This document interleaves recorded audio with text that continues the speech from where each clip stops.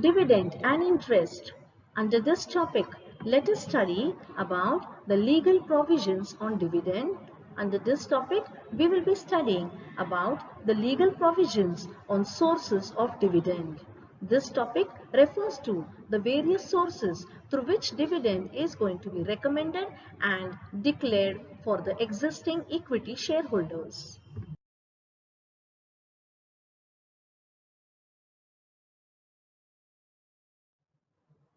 Introduction to the topic of legal provisions.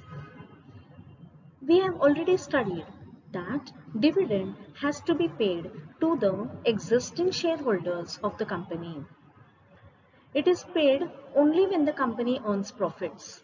Shareholders participate only in the profits of the company and not in the losses.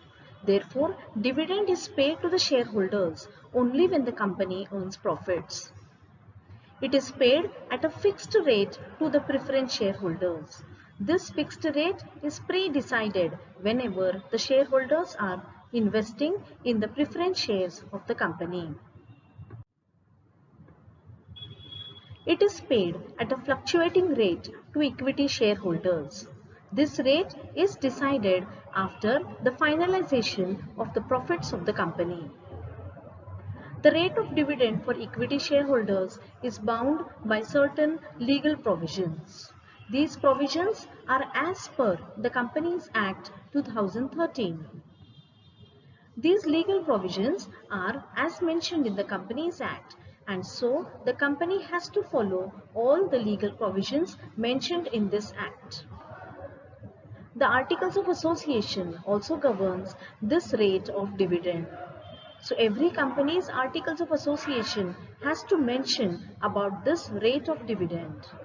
Also, it has to mention about the reserves that have to be maintained for that particular company.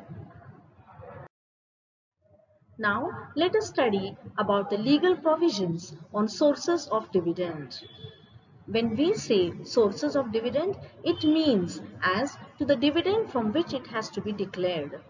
So, here we will be studying about the various sources from which dividend, that is, the final dividend, has to be declared.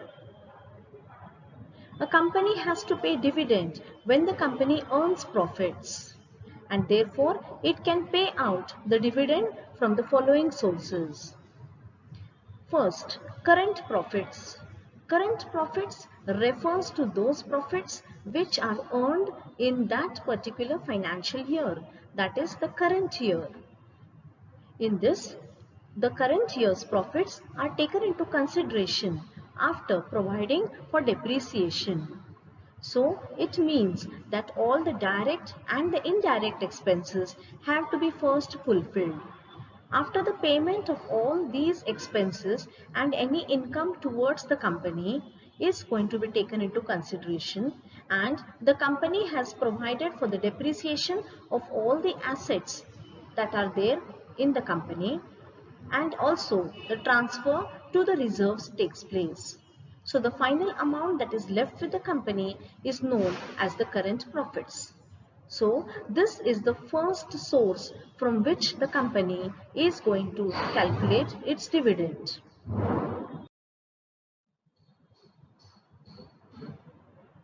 The next one, that is out of the profits of the company. So to this we refer to as the profits of the past financial years. So if the company has any of the past profits, that can be utilized as a source of dividend. So these past or previous financial year's profits should be after providing for all the depreciation and after the transfer to reserve has taken place. Therefore, these past financial year's profits can also be utilized for the declaration of the current year's dividend. Money provided by government. Certain companies receive money from the government. So this money can be from the state government or the central government. So whenever the state government or the central government gives money for the payment of dividend, this money also can be utilized for the payment of the final dividend. This is usually for the government companies.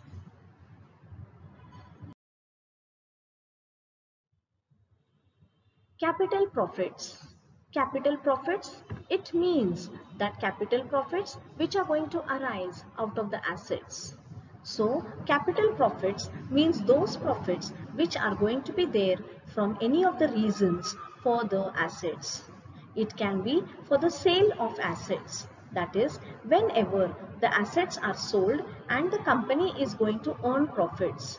These assets may be outdated or they might be the old assets which the company wants to dispose of. And so, whenever the company has sold off any such assets and it earns profits, then this also can be utilized as a source of dividend.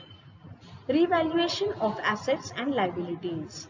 So, if any of the assets or liabilities are revaluated and there is a profit, for example, if there is land and building and there is an appreciation in the value of that asset, that becomes a capital profit.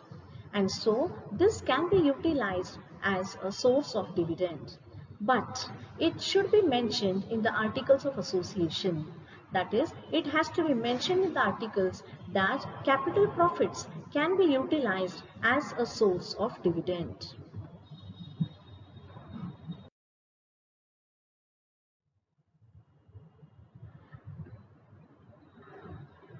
Dividend cannot be paid out of capital.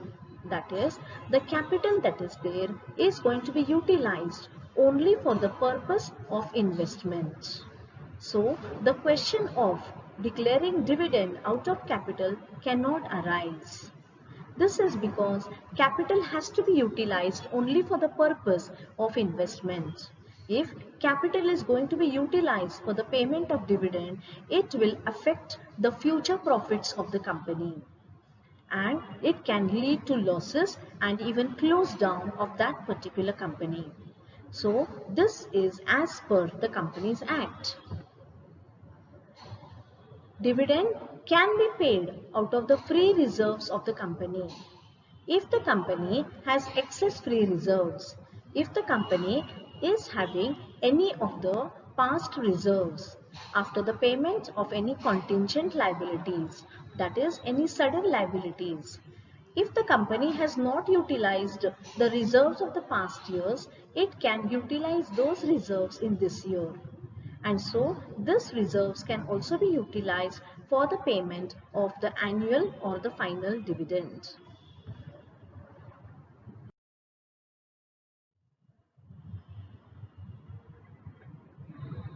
Thank you, one and all. Please do like, share and subscribe to my channel.